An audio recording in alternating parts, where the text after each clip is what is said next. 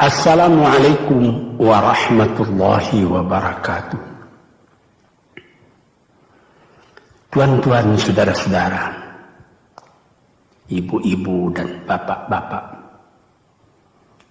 yang sudi mendengarkan keterangan agama yang saya berikan di dalam kaset ini. Moga-moga Tuhan melimpahkan, mengurniakan rahmat dan nikmat-Nya kepada kita semuanya.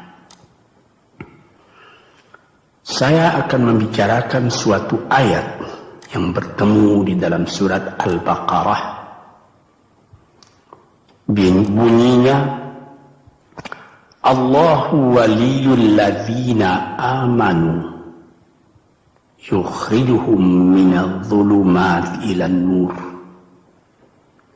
wal ladzina kafaru awliya'uhumut taghut yukhrijunahum minan nuri ila dhulumat. Artinya, Allah adalah menjadi pemimpin bagi orang-orang yang beriman, orang yang mempunyai kepercayaan yang teguh. Dan Allah, apabila orang itu telah betul-betul menganggap Allah menjadi pemimpinnya, Allah pun menjamin mengeluarkannya daripada gelap gulita kepada terang benderang. Gelap gulita kebodohan kepada kecerdasan. Gelap gulita kehidupan tak tentu arah kepada tujuan yang sejati. Sebaliknya, orang yang kafir yang tidak percaya kepada Allah, maka sebaliknya yang terjadi, daripada terang benderang, dia akan dipimpin oleh taghut, oleh kekuasaan-kekuasaan yang bukan bersandar kepada Allah. Yang demikianlah yang akan mengeluarkannya daripada terang benderang kembali ke dalam gelap gulita. Oleh sebab itu, rohani manusia itu adalah melalui di antara gelap dan terang kehidupan itu, di antara terang dan gelap kehidupan. Kalau sekiranya jasmani kita, kalau sekiranya badan kita yang lahir ini diberi cahaya oleh matahari yang terbit di waktu pagi, yang terbenam di waktu sore, rohani kita pun diberi juga terang oleh suatu yang lebih terang dari matahari, yaitu petunjuk dan hidayat Tuhan. Di dalam Al-Quran, Tuhan memberikan bujukan, memberikan jiwa besar kepada orang-orang yang beriman itu. Tuhan bersabda, La tahinu wa la tahzanu wa antumul a'launa in kuntum mu'minin. Engkau ini adalah orang yang tinggi kalau engkau tetap memegang kepercayaan kepada Allah Subhanahu wa ta'ala. Di dalam perjuangan hidup di dunia ini, perjuangan antara yang hak dengan yang batil, antara gelap dengan terang, antara keyakinan dan keraguan, manusia berjalan di sekitar itu. Di kiri dan di kanan kita berjumpalah gelap dan terang itu. Maka diberilah pedoman manusia tadi. Apa pedoman? Walaupun bagaimana hebatnya, geloranya, tofannya, alim bubunya, ombaknya dan gelombangnya kehidupan itu, manusia mesti teguh berpegang kepada iman. Sebab kehidupan di dunia itu menurut peraturannya ialah tidak ada yang tetap. Yang tetap itu ialah berubah. Berubah itulah ketetapan yang ada dalam dunia. Panas sangat terik, benar, nanti akan hujan. Hujan sangat lebat, benar, nanti akan panas. Di suatu tempat terjadi hujan yang lebat, berhari-hari timbul banjir. Iya, banjir itu tidak tiap hari, nanti dia kering lagi. Di laut pun demikian pula. Ada pasang naik, tergenang ke atas. Besok pagi air itu sudah kering lagi, surut pasang. Begitulah kehidupan di dunia itu. Itu harus kita yakini supaya kita jangan terombang-ambing dalam kehidupan itu. Kalau kita sudah mulai terombang-ambing, tahu-tahu walaupun bagaimana terangnya hari, gelap timbul dalam jiwa kita sendiri. Walaupun panas terik, kita berhujan. Hujan oleh keringat kita sendiri. Jadi yang penting di sini menjaga hati itu. Sampai Rasulullah Nabi kita Muhammad SAW,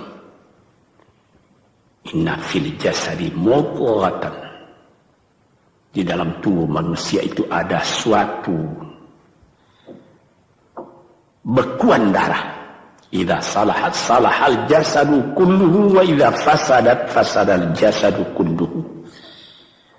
Kalau ini segumpal daging baik, seluruh badan jadi baik. Kalau dia rusak, seluruh badan jadi rusak. Apakah itu? Hati. Hati. Kendali terletak dalam hati kita. Hati artinya penuh. Bukan saja berarti pada daging, tapi pada hati dari hati, isi dari hati, atau juga akal kita. Sebab itu, maka kalau satu waktu saya pernah mengajarkan doa yang mengandung 8 sifat-sifat lemah menghilangkan kemerdekaan manusia, hari ini saya pun akan mengajarkan doa yang diajarkan juga oleh Nabi. Bagaimana menjaga hati tadi. Di situ dalam doa itu ada tersebut 4 perkara. Apa disebut? Allahumma inni a'udzubika min qalbin la yakhsha'u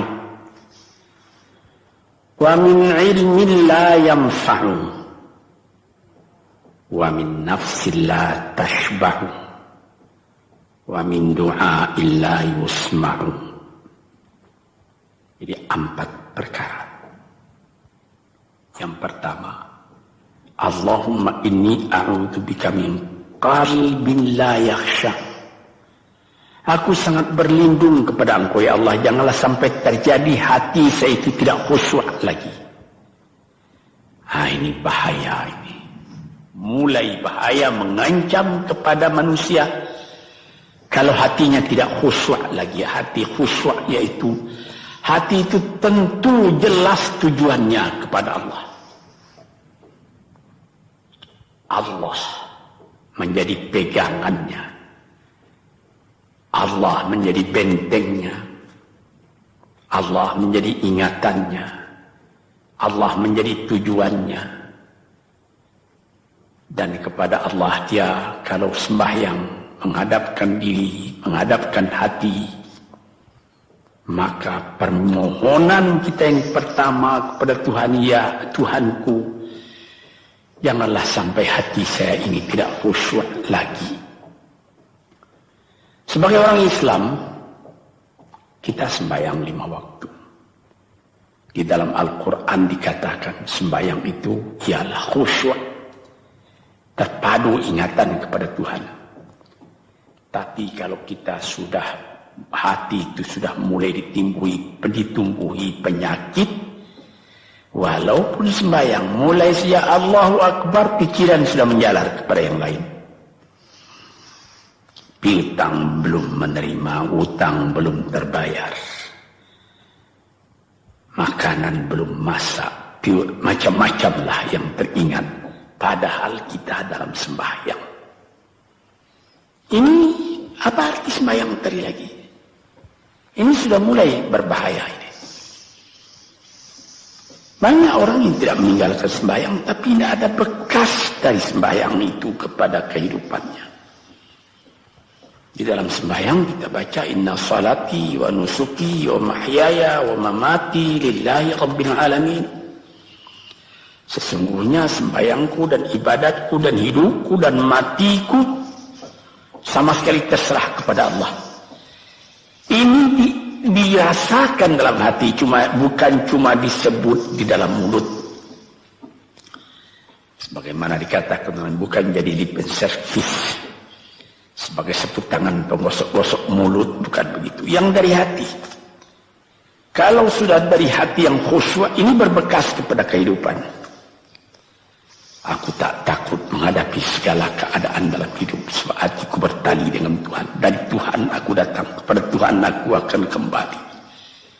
Ini namanya hati yang khusyuk. Tapi kalau sekiranya bacaan tetap fasih, tapi tidak ada lagi dari hati, melainkan rutin saja. Sembahyang 5 waktu sehari semalam, tapi tidak merubah kepada perangai, tandanya sembahyang tadi tidak khusyuk. Ini yang pertama kita minta kepada Tuhan. Janganlah sampai kita mempunyai hati yang tidak khusyuk, hati yang tidak teringat kepada Allah. Kalau hati tidak ingat lagi kepada Allah, maka segala pekerjaan yang terlarang sudah ringan saja kita mengerjakan. Menipu, berdusta, membujuk orang lain mengerjakan perbuatan yang salah, mencela, memaki, itu karena tidak ingat kepada Allah, cuma ingat kepada diri sendiri saja. Ini yang pertama. Yang kedua dikatakan wa min ilmin la yanfa', dan aku berlindung kepada Engkau ya Allah daripada ilmu yang tidak memberi manfaat. Padahal disebutkan oleh ahli-ahli, ilmu yang memberi manfaat itu membawa manusia kepada iman.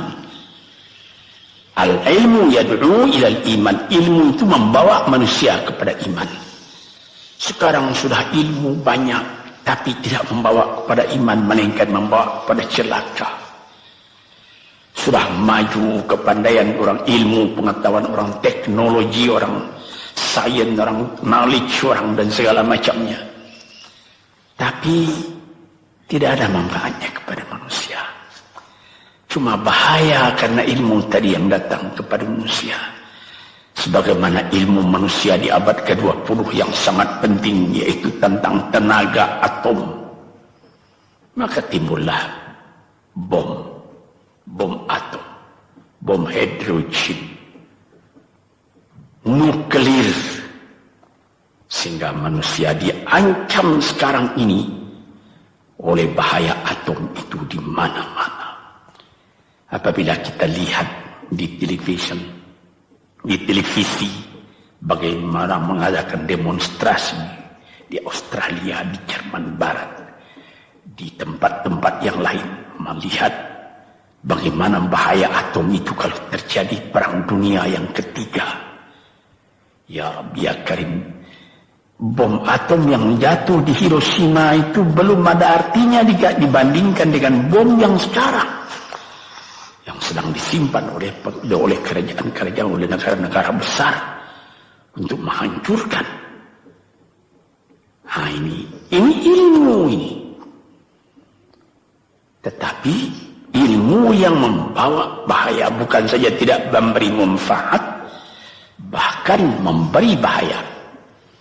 Di sini terasa oleh kita bahwa ilmu yang ada itu pun mesti dikembalikan atau dikendalikan oleh iman. Kalau tidak, maka nyawa manusia ini akan dipandang sebagai sampah saja. Dijatuhkan satu bom hidrogen ke dalam kota Jakarta ini, na'udzubillah min dzalik, umpamanya dimasukkan ke kota Jakarta ini, satu bom hidrogen saja itu sudah habis penduduk Jakarta yang lebih dari 5 juta ini. La haula wala quwata illa billah. Ini minta kepada Tuhan, ya Allah, majulah ilmu manusia, majulah teknologi manusia, tetapi jangan hendaknya kemajuan itu membawa kepada bahaya. Jangan ilmu pengetahuan itu membawa kepada yang tidak memberi manfaat.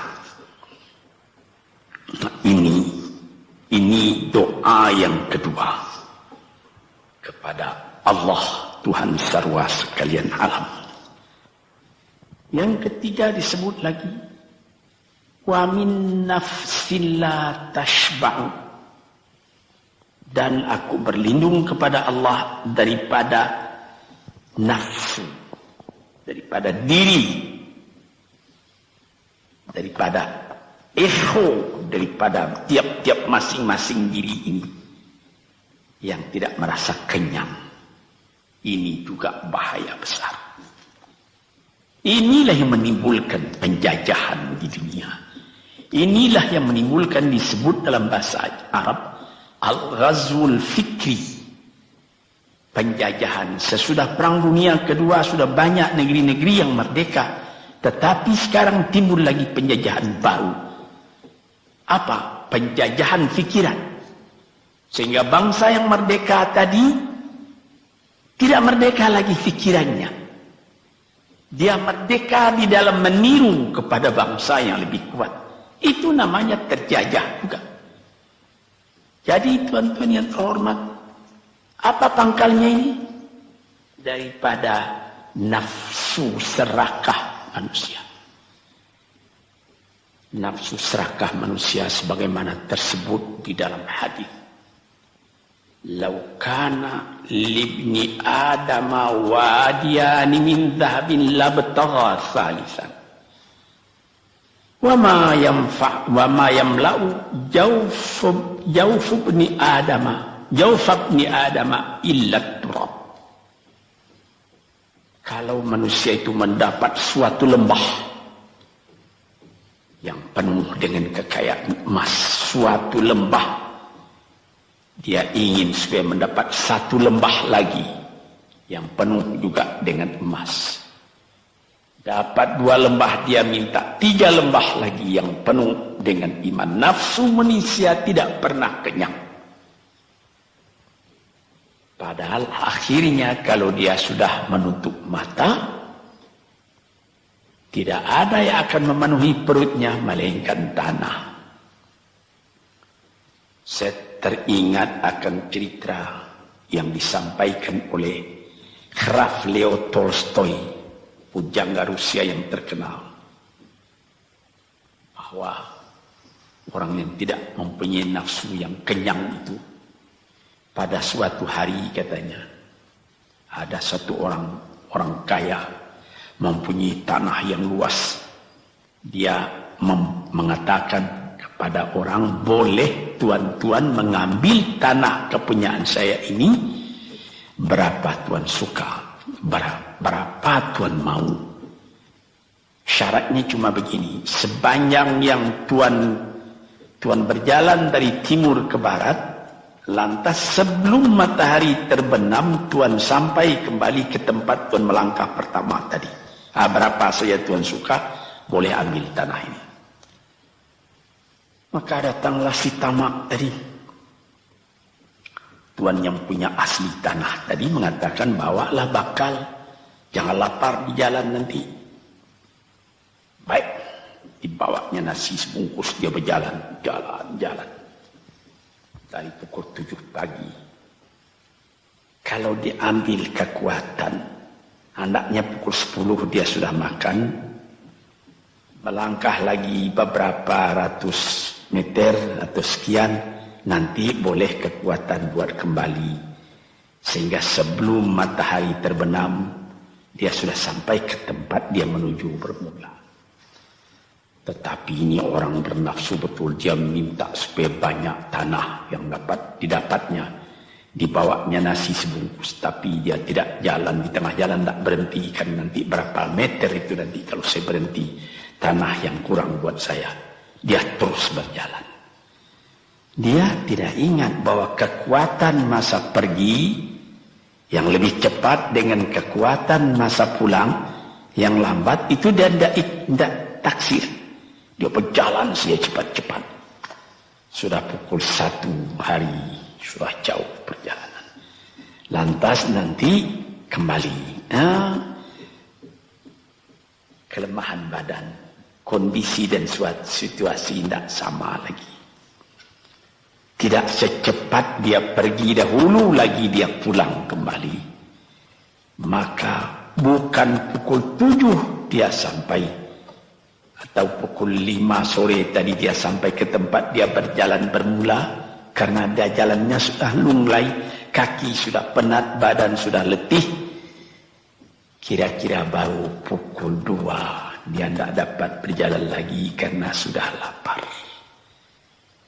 Dia coba makan sedikit pun tidak bisa lagi seenak makan yang tadi. Habis makan pun dia berjalan lagi. Pukul 3 dia terhenti. Jauh lagi baru sampai tempat yang pertama.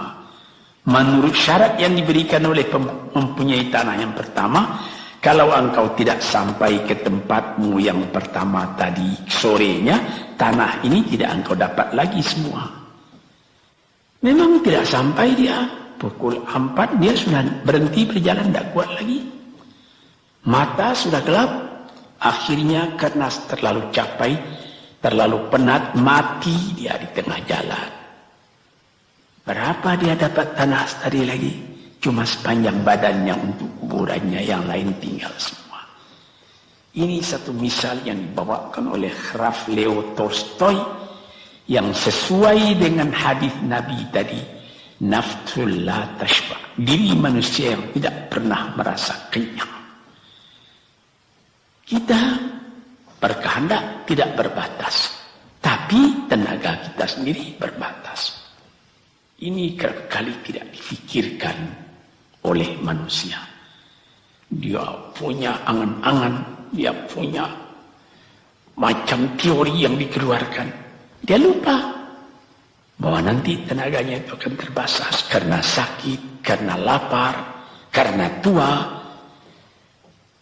Sebagaimana pepatah dari nenek moyang kita, tanda-tanda dikirimkan lebih dulu bahwa kita tidak akan lama lagi di sini. Apa? Rambut, gigi, mata sudah mulai kabur. Uban sudah mulai bertabur. Gigi sudah mulai gugur. Kulit sudah mulai kendur. Kalau mata sudah kabur, uban sudah bertabur, gigi sudah gugur, kulit sudah kendur, sudah 4 perkara. Yang kelima ialah pintu kubur. Nah, ini kerap kali manusia lupa yang demikian. Sebab itu dikatakan, ya Tuhanku, janganlah sampai aku ditumbuhi oleh penyakit nafsu yang tidak mau kenyang-kenyang itu. Nah ini, kemudian itu timbul lagi doa yang keempat. Disebutkan di situ, wa min du'a illa yusma. Ini lebih berbahaya lagi. Ini sudah puncak dari bahaya. Apa artinya? Dan aku berlindung kepada Engkau ya Allah daripada doa yang tidak didengar lagi. La ilaha illallah. Mendoa ya Allah, kasih aku ini, kasih aku kesempatan, tapi tidak didengar lagi. Tuan-tuan, para pendengar kaset yang tercinta, ada tersebut dalam hadis Nabi, wa malbasuhu haram, wa mashrabuhu haram, wa ghudhiya bil haram. Ya Rab, ya Rab, fa'anna yustajab lah. Ash'asa, aghbara. Badan sudah penuh dengan kotoran, penuh debu. Yang mudu ilaihi ila sama, menadahkan tangan keduanya ke langit. Ya Rabbu, ya Rabbu, ya Tuhanku, tolong aku, ya Allah, bela aku. Padahal yang dimakan haram, yang diminum haram, dibesarkan dengan yang haram. Fana yustajabulah. Dengan jalan apa Allah Ta'ala akan mengabulkan doa itu? Badan kotor menghadap kepada yang bersih, meminta diberi kebersihan. Bagaimana caranya? Tuan-tuan yang terhormat, pernah dalam Quran Tuhan mengatakan, la yanzuru ilaihi wa la yukallimuhum Allah wa la yanzuru ilaihi. Allah tak mau mengajak dia bercakap dan Allah tidak memandang kepada dia. Saya sendiri dengan segala kerendahan hati mengatakan bagaimana beratnya kita bertemu dengan seorang orang besar, lalu dia mengulurkan tangan kepada kita, tapi mata kita tidak dilihatnya. Sengsara rasanya. Bagaimana dengan Tuhan kalau Tuhan tak mau melihat kita? Sebab itu para pembaca, pendengar kaset yang tercinta, berdoalah kepada Tuhan supaya hati kita selalu terbuka. Jangan sampai kita mempunyai hati yang tidak khusyuk, ilmu yang tidak memberi manfaat, jiwa yang tidak pernah kenyang, dan doa yang tidak didengar. Ya Allah, dengarkan doa kami dan tunjukkan kepada kami jalan yang benar dan beri kami terang dalam kehidupan ini. Yang keempat ialah wa min du'a illa yusma. Dan aku berlindung kepada Engkau ya Allah, jangan sampai doaku tidak terdengar, tidak didengar oleh Tuhan. Sebagaimana kita tahu, doa itu adalah mukhul ibadah, tulang sumsum daripada ibadat kita sendiri kepada Tuhan. Segala perbuatan kita patrikan dengan doa, dengan harapan mudah-mudahan diizinkan oleh Allah. Disampaikan maksud kita, macam-macam yang kita minta kepada Tuhan. Tapi kalau doa itu sudah tak diperdulikan lagi oleh Tuhan, apa celaka kita, apa daya kita, apa upaya kita? Di sini kita melihat apa sebab maka doa tidak didengar oleh Tuhan, tidak diperkenankan oleh Tuhan. Tentu saja bukan dari salah Tuhan, melainkan dari salah kita sendiri. Di dalam Al-Quran dikatakan iyyaka na'budu wa iyyaka nasta'in. Al-Fatihah disebut, kepada Engkaulah kami menyembah ya Allah, dan kepada Engkau kami minta tolong. Tapi dengan tidak sadar, kerap kali kita berbuat terbalik. Iyyaka nasta'in wa iyyaka na'budu, kepada Engkau kami minta tolong, lalu kepada Engkau kami menyembah. Minta tolong dulu baru menyembah. Minta tolong banyak-banyak tapi terima kasih tidak ada.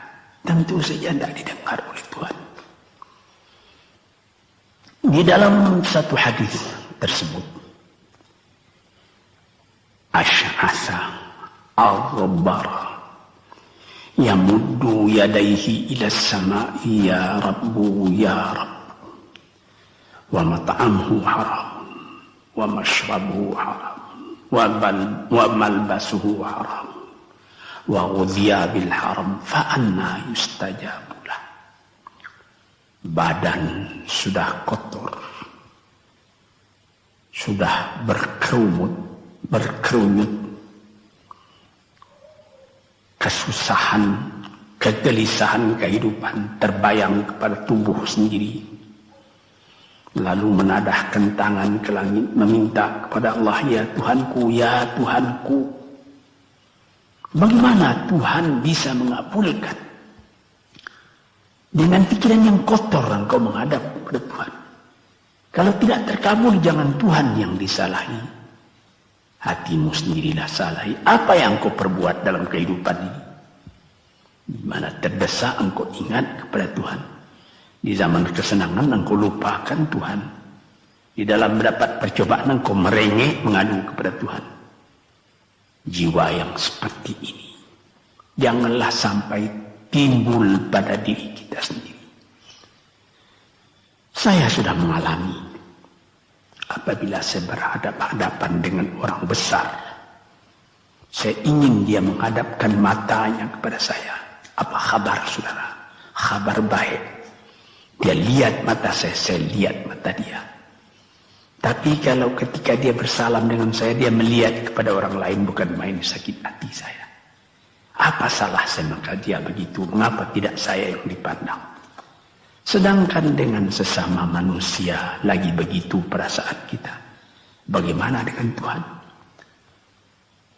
La yanzuru ilaihim wa la yukallimuhum. Allah tidak memandang sebelah mata kepada Allah, kepada kita. Allah tak mau cakap, tidak mau bercakap dengan kita sepatah pun. Langit mana tempat kita bernaung, bumi mana tempat kita berpijak kalau sudah demikian keadaannya. Nah, ini yang dijaga tuan-tuan yang terhormat dalam doa keempatnya itu.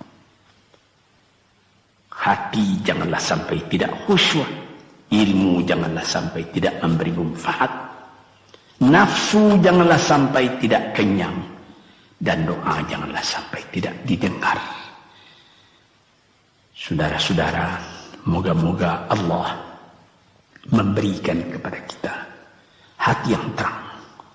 Sebagaimana ayat yang mula-mula saya sebut tadi. Allahu waliyul ladzina amanu yukhrijuhum minadh-dhulumati ilan nur. Allah lah jadi pemimpin bagi orang yang beriman. Sehingga dari gelap gulita dibawa dia oleh Tuhan kepada terang benderang. Walladzina kafaru, tetapi orang-orang yang sudah tidak ada kepercayaannya kepada Tuhan. Auliya'uhumut taghut, yang menjadi pemimpinnya bukan Tuhan tapi setan. Dia akan membawa orang itu daripada terang benderang ke dalam gelap gulita. Kita jadi meraba-raba dalam gelap kehidupan. Dalam meraba-raba itu masih ragu entah kemana akan pergi. Maut pun datang. Gelap selalu. Di dunia gelap, di akhirat pun gelap. Na'udzubillah min dzalik. Hadirin yang terhormat, para peminat kaset ini, moga-moga semuanya ini menjadi kenang-kenangan kepada Tuhan di dalam perjalanan yang jauh, di dalam keistirahatan hidup, sehingga mendapat ketetapan hati dan tumakninah. Assalamualaikum warahmatullahi wabarakatuh.